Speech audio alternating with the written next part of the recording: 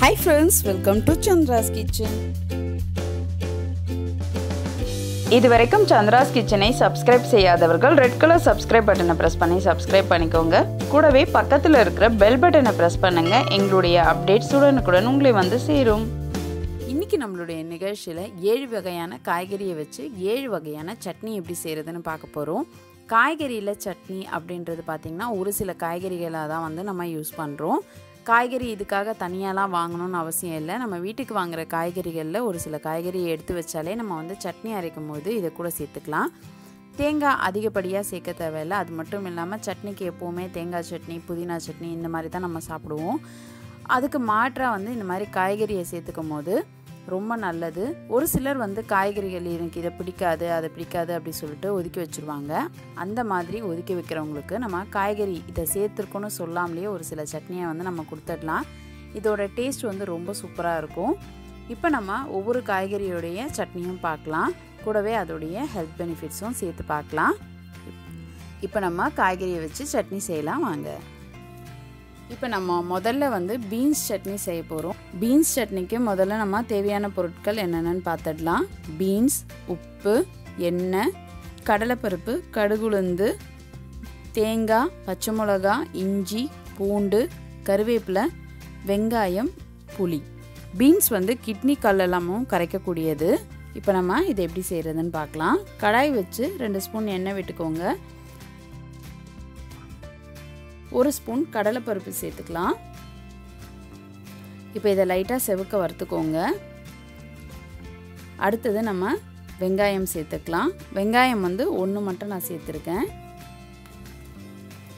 Beans தேவையான அளவு சேர்த்துக்கோங்க. இந்த காய்கறிகள்லாம் வந்து நம்ம கொஞ்சம் கூட போட்டோம்னா தான் வந்து உங்களுக்கு டேஸ்ட் அதிகமாக இருக்கும். அதனால் வந்து காய்கறியை வந்து நான் ஓரளவுக்கு சேர்த்துருக்கேன். பூண்டு, அடுத்தது ஒரு துண்டு இஞ்சி, இது எல்லாத்தையும் சேர்த்தாச்சு. அடுத்ததாக காரத்துக்கு பச்சை மிளகா சேர்த்துக்கலாம். இப்போ எல்லாத்தையும் சேர்த்து நல்லா வதக்கிடுங்க. இப்போ வந்து இது எல்லாமே நல்லா வதங்கிடுச்சு. நம்ம வந்து உப்பு சேர்த்துக்கலாம். அடுத்தது கொஞ்சம் கொத்தமல்லியும் கொஞ்சம் கருவேப்பிலையும் சேர்த்துக்கலாம். இது வந்து நல்லா ஃப்ளேவராகவும் இருக்கும், டேஸ்ட்டாகவும் இருக்கும். அதுக்காக தான் நம்ம கொஞ்சம் கொத்தமல்லி கருவேப்பிலை சேர்க்குறது. அது மட்டும் இல்லாமல் கருவேப்பிலை வந்து முடி வளர்ச்சிக்கு வந்து நல்லது. நம்ம கருவேப்பிலை நார்மலாக வறுத்தா தூக்கி போட்டுருவோம். இந்த மாதிரி சட்னியில் வச்சு அரைக்கும் போது அது கொஞ்சம் நல்லா டேஸ்ட்டாகவும் இருக்கும். புளி, அடுத்தது தேங்காய், இது எல்லாத்தையும் சேர்த்து நல்லா வதக்கிடலாம். இப்போ நம்ம ஸ்டவ் ஆஃப் பண்ணிவிட்டு இது கொஞ்சம் ஆறட்டும்ன்ட்டு நம்ம மிக்சரில் சேர்த்துக்கலாம். இப்போ இது ஆறிடுச்சு. நம்ம மிக்சரில் சேர்த்து இதை வந்து அரைச்சிடலாம். நம்ம வந்து தண்ணி வந்து ஃபஸ்ட்டு கொஞ்சமாக ஊற்றிக்கலாம். தேவைப்படும் போது அரைக்கும் போது இன்னும் கொஞ்சம் தண்ணி ஊற்றி அரைச்சிக்கலாம். இப்போ பார்த்திங்கன்னா நம்மளுடைய பீன்ஸ் சட்னி ரெடி ஆகிடுச்சு. இதுக்கு தாளிப்புக்காக கடுகுளுந்தும் கருவேப்பிலையும் சேர்த்து நம்ம சேர்த்துருக்கோம். அடுத்தது நம்ம கேரட் சட்னி எப்படி செய்கிறதுன்னு பார்க்கலாம். இதுக்கு வெங்காயம், கருவேப்பிலை, கடுகுளுந்து, கடலைப்பருப்பு, தேங்காய், பச்சை மிளகா, இஞ்சி, பூண்டு, கேரட், அடுத்தது எண்ணெய், உப்பு. கேரட் வந்து பார்த்திங்கன்னா கண் பார்வைக்கு ரொம்ப நல்லது. அது மட்டும் இல்லாமல் நெஞ்செரிச்சல் இந்த மாதிரி பிரச்சனை வரவங்கலாம் கேரட்டை சேர்த்துக்கிறது ரொம்ப நல்லது. இப்போ நம்ம ஒரு பேனில் 2 ஸ்பூன் எண்ணெய் விட்டுக்கலாம். 1 ஸ்பூன் கடலைப்பருப்பு சேர்த்துக்கலாம். இது நல்லா செவந்ததும் நம்ம வந்து ஒரு வெங்காயத்தை வந்து இதோட சேர்த்துக்கலாம்.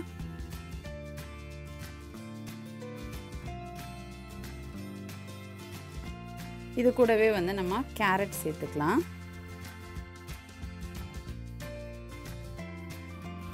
2 பூண்டு, ஒரு துண்டு இஞ்சி சேர்த்துக்கலாம். நம்ம வந்து பச்சை மிளகாவுக்கு பதில் காஞ்சி மிளகா கூட சேர்த்துக்கலாம். நான் வந்து இன்றைக்கி பச்சை மிளகா சேர்த்துருக்கேன். இப்போ இது எல்லாத்தையும் சேர்த்து நல்லா வதக்கிடுங்க. தேங்காவையும் சேர்த்துக்கலாம். தேங்காய் வேணாம் அப்படின்னா நீங்கள் சேர்க்க வேணாம். தேங்காய் சேர்க்காமலே இது நல்லா தான் இருக்கும். ஆனால் நான் வந்து கொஞ்சம் டேஸ்ட்டுக்காக தேங்காய் சேர்த்துருக்கேன். நிறைய தேங்காய் சேர்க்கக்கூடாது. இப்போ இது எல்லாத்தையும் சேர்த்து நல்லா வதக்கிடுங்க. இப்போ இது நல்லா வதங்கிடுச்சு. இப்போ நம்ம கொஞ்சம் புளி, அடுத்தது கருவேப்பிலை சேர்த்து இதை நல்லா வதக்கிடலாம். இப்போ இதை நல்லா வதங்கிடுச்சு. நம்ம இதை வந்து கொஞ்சம் ஆறுனதும் மிக்சரில் போட்டு அரைச்சிடலாம்.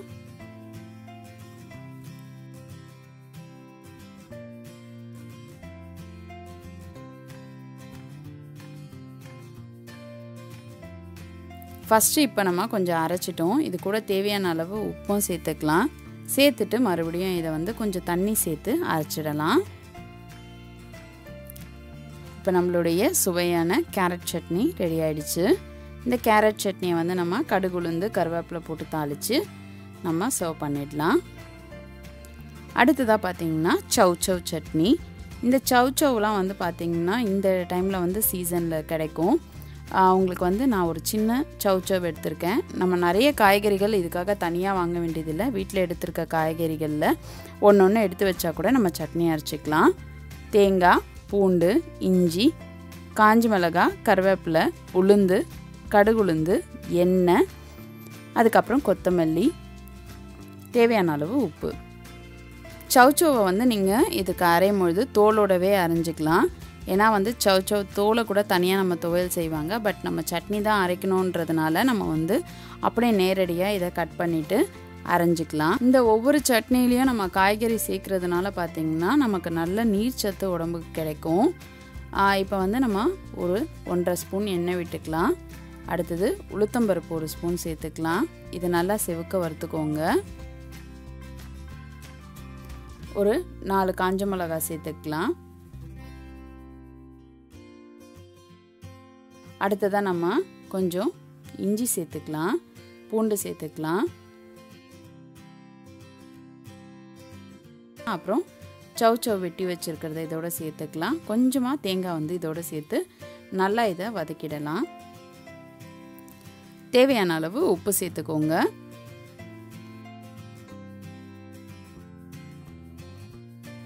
இப்போ இதெல்லாமே நல்லா வதங்கிடுச்சு. நம்ம வந்து கொஞ்சம் கொத்தமல்லி சேர்த்துக்கலாம். சேர்த்துட்டு திரும்ப நல்லா வதக்கிட்டு ஸ்டவ் ஆஃப் பண்ணிடலாம்.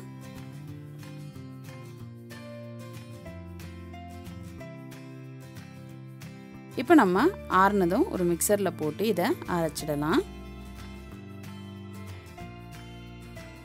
இப்போ நம்மளுடைய சுவையான சவ் சட்னி ரெடி ஆயிடுச்சு. நம்ம கடுகு உளுந்து கருவேப்பிலை தாளித்து இதை சர்விங் பவுலுக்கு மாற்றிடலாம்.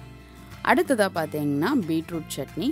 இதுக்கு தேவையான பொருட்கள் பீட்ரூட், வெங்காயம், பூண்டு, புளி, பச்சை மிளகா, கருவேப்பிலை, பூண்டு, கொத்தமல்லி, தேங்காய், புளி, உளுத்தம்பருப்பு, அடுத்தது வந்து உப்பு, தேவையான அளவு எண்ணெய்.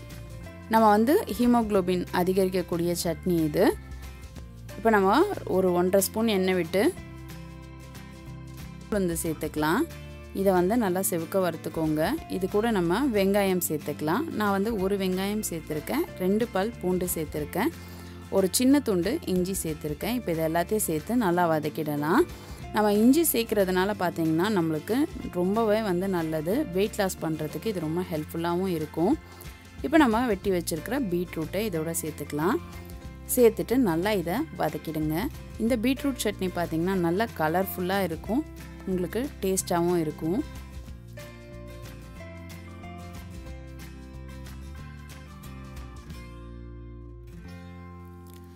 இப்போ நம்ம ஒரு 2 ஸ்பூன் தேங்காய் சேர்த்துக்கலாம்.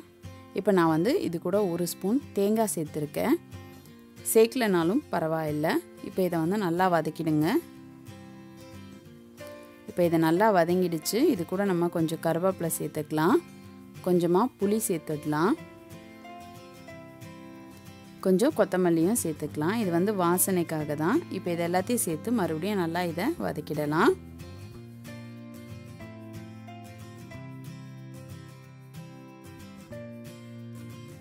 கடைசியாக கொஞ்சம் உப்பு சேர்த்து நல்லா கலந்துடலாம். இது நல்லா வதங்கிடுச்சு. இப்போ நம்ம வந்து ஸ்டவ் ஆஃப் பண்ணிவிட்டு ஆறுனதும் மிக்சரில் சேர்த்துக்கலாம். சேர்த்து கொஞ்சம் தண்ணி சேர்த்து அரைச்சிடலாம். இப்போ நம்மளுடைய சுவையான பீட்ரூட் சட்னி ரெடி ஆயிடுச்சு. இந்த சட்னி வந்து பார்த்திங்கன்னா குழந்தைங்களுக்கு வந்து நல்லா கலர்ஃபுல்லாக இருக்குன்றதுனால இதை வந்து நம்ம கொடுக்கலாம். இதில் வந்து அதிகமாக காரம் வந்து தேவைன்னா நீங்கள் சேர்த்துக்கலாம். ஆனால் குழந்தைங்களுக்கு கொடுக்கும்போது காரம் கம்மியாக சேர்த்துக்கோங்க. கடுகு உளுந்து காஞ்ச மிளகாய் சேர்த்து தாளித்து ஒரு பவுலுக்கு மாற்றிடலாம். அடுத்ததாக நம்ம முள்ளங்கி சட்னி எப்படி செய்கிறதுன்னு பார்க்கலாம். இதுக்காக நான் ஒரு முள்ளங்கி எடுத்திருக்கேன். வெங்காயம், தக்காளி, கடுகு உளுந்து, காஞ்ச மிளகாய், உளுத்தம்பருப்பு, கடலைப்பருப்பு, எண்ணெய், கருவேப்பிலை, அப்புறம் கொஞ்சம் தேங்காய். கடாய் வச்சு 2 ஸ்பூன் எண்ணெய் விட்டுட்டு உளுத்தம்பருப்பு 1 ஸ்பூன் சேர்த்துக்கலாம். இது கொஞ்சம் லைட்டாக வதக்கிடலாம். இது வந்து பார்த்திங்கன்னா நீர்ச்சத்து நிறைஞ்ச காய், உடம்பு இளைக்கிறதுக்கு ரொம்ப ஈஸியாக ஹெல்ப்ஃபுல்லாக இருக்கும். இப்போ கூட ஒரு ஸ்பூன் கடலைப்பருப்பு சேர்த்துக்கலாம். சேர்த்துட்டு நல்லா வதக்கிடுங்க. அடுத்தது ஒரு வெங்காயத்தை நறுக்கி இதோடு சேர்த்துக்கோங்க. இப்போ வெங்காயத்தையும் நல்லா வதக்கிடுங்க. அடுத்தது முள்ளங்கியை வந்து பொடியாக நறுக்கி இது கூட சேர்த்துருங்க. இது எல்லாமே நீர்ச்சத்து நிறைஞ்ச காய்ன்றதுனால நம்ம அரைக்கும் பொழுது தண்ணி வந்து கொஞ்சம் கொஞ்சமாக தான் சேர்க்கணும். முதல்ல நிறைய ஊற்றிடாதீங்க. முள்ளங்கி பார்த்திங்கன்னா அல்சர், அதுக்கப்புறம் வந்து நம்மளுடைய வாய்ப்புண் இந்த மாதிரி பிரச்சனை இருக்கிறதுக்கெலாம் வந்து ரொம்ப நல்லது. அடுத்தது ஒரு தக்காளி இதோடு சேர்த்து நல்லா வதக்கிக்கோங்க. இது எல்லாமே சேர்ந்து நல்லா வதங்கட்டும். அளவு உப்பு சேர்த்துக்கலாம். சேர்த்துட்டு நல்லா இதை வதக்கிடலாம்.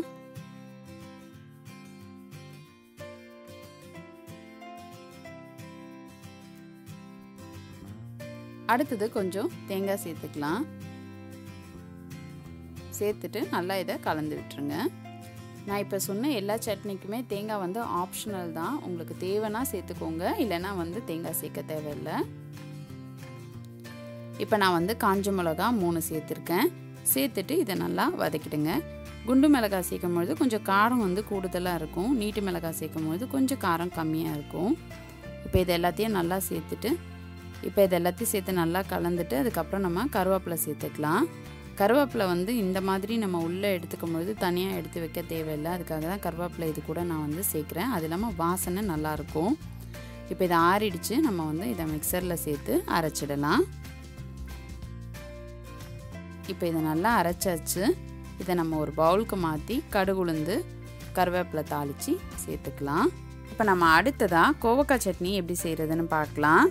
இந்த கோவக்காய் சட்னி செய்கிறதுக்கு தேவையான பொருட்கள் என்னென்னு பார்க்கலாம். கோவக்காய், சின்ன வெங்காயம், ஒரு துண்டு இஞ்சி, உப்பு, உளுத்தம்பருப்பு, கடுகு உளுந்து, கருவேப்பிலை, கொத்தமல்லி, காஞ்ச மிளகாய், பூண்டு, புளி, எண்ணெய். கோவக்காய் வந்து பார்த்திங்கன்னா ஹை ப்ரெஷர் இருக்கிறவங்க சாப்பிடலாம். உடம்புக்கு ரொம்ப நல்லது. அது மட்டும் இல்லாமல் சுகர் இந்த மாதிரி பிரச்சனைலாம் வராமல் நம்மளை பாதுகாக்கும். இப்போ கடாய் வச்சு 2 ஸ்பூன் எண்ணெய் விட்டுட்டு உளுத்தம்பருப்பு 1 ஸ்பூன் சேர்த்துக்கலாம். கடலைப்பருப்பு 1 ஸ்பூன் சேர்த்துக்கலாம். இப்போ வந்து உளுத்தம்பருப்பையும் கடலைப்பருப்பையும் சேர்த்து நல்லா வதக்கிடலாம். இப்போ இது நல்லா வறுபட்டுருச்சு. இது கூட வந்து நம்ம ஒரு 3 காஞ்ச மிளகாவும் ஒரு 10லேருந்து 15 சின்ன வெங்காயம் 2 பூண்டு சேர்த்து நல்லா இதை வதக்கிடலாம். அடுத்தது நம்ம வெட்டி வச்சிருக்கிற கோவக்காவை இதோட சேர்த்துக்கலாம். கொஞ்சம் தேவையான அளவு உப்பும் சேர்த்துக்கலாம். சேர்த்துட்டு இதை நல்லா வந்து கலந்து விட்டுறலாம். அடுத்தது ஒரு துண்டு புளி சேர்த்துக்கலாம். கொத்து கருவேப்பிலை சேர்த்துக்கலாம். கொஞ்சம் கொத்தமல்லி சேர்த்து இதை நல்லா வதக்கிடலாம். இப்போ இதை நல்லா வறுபட்டுருச்சு.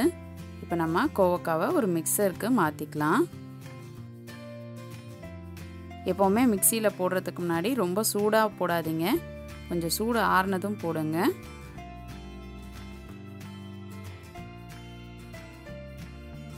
இப்போ நம்ம வந்து அரைச்சிடலாம்.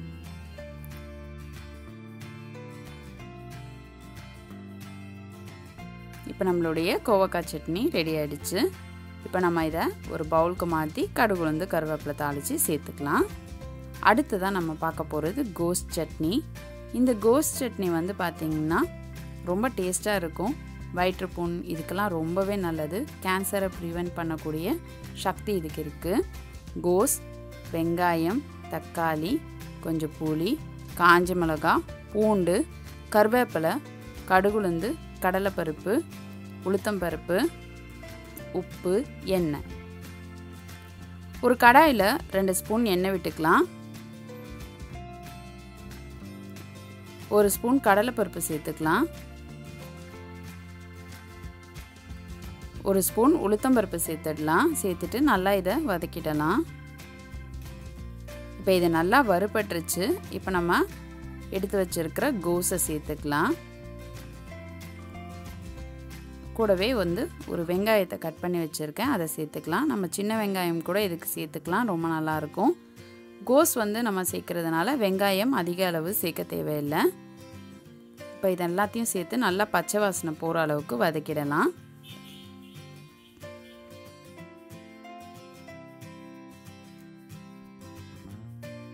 சேர்த்துக்கலாம். அடுத்தது ஒரு தக்காளியை கட் பண்ணி சேர்த்துக்கலாம். 3 பல் பூண்டு சேர்த்துக்கலாம். இப்போ இதை நல்லா வதக்கிடலாம். கொஞ்சம் தேவையான அளவு உப்பு சேர்த்து இதை நல்லா வதக்கிடுங்க. நல்லா பச்சை வாசனை போகிற அளவுக்கு இந்த காய்கறிகள் எல்லாத்தையுமே வதக்கணும். எல்லா காய்கறியுமே அந்த பச்சை வாசனை இருக்குன்றதுனால நல்லா நம்ம வதக்கிட்டோம்னா அந்த டேஸ்ட் அதிகமாக இருக்கும்.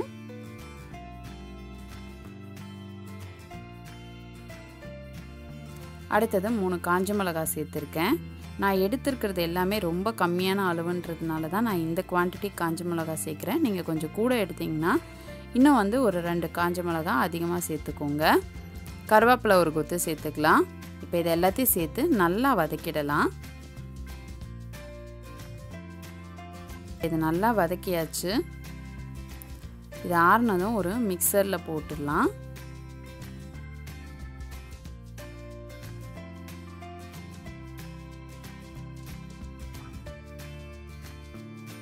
இப்போ இது எல்லாத்தையுமே சேர்த்து நம்ம அரைச்சிடலாம். இப்போ நம்ம இன்னும் கொஞ்சம் மசியாக அரைக்கிறதுக்காக தண்ணி சேர்த்துருக்கோம். சேர்த்துட்டு அரைச்சிடலாம். இப்போ நம்மளுடைய கோஸ் சட்னி ரெடி ஆயிடுச்சு. இது கூட நம்ம கடுகு உளுந்து கருவேப்பிலை தாளித்து இதுக்கு மேலே சேர்த்துக்கலாம்.